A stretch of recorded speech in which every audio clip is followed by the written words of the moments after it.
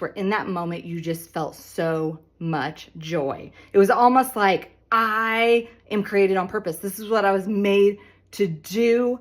Maybe you had an encounter with God and you've never felt this way before, whatever it might be. I bet you have had an experience where that has happened.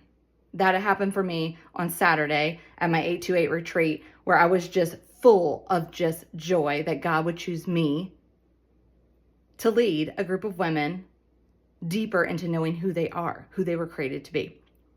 On this high, right? And so I want to bring this story to you because then on Monday,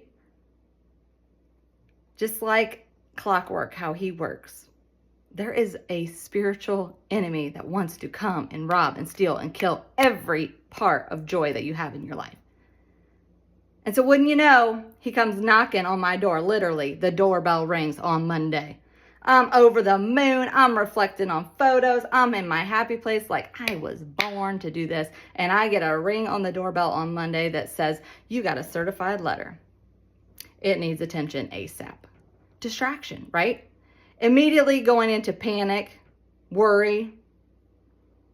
But honestly, I didn't. At that moment, I was still on my high and I said, oh, got it. I opened it. This is administrative error. Nothing we can't get taken care of. Nothing my God can't handle. But anger started to build as I sat on hold for 2 hours just to get hung up on.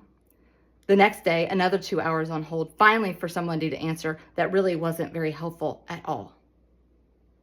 To then where he goes and he begins to attack your personal image because you now have distracted me so much, have built so much anger in my heart that now he's going to start talking about my character. And he's going to start telling me lies like, you are an idiot. Did you see what mess you made? Now you got to go clean all this up. Why don't you just stop while you're ahead? You're not getting anywhere. He will begin to tell you lies. Why? Because on Saturday, those angels and that God was cheering so flipping high because they're like, yes, changing lives, making a difference, doing what I have called you to do. And over there at the same time, the enemy is watching all of it. And he's orchestrating a way to shut it down ASAP. It's no joke.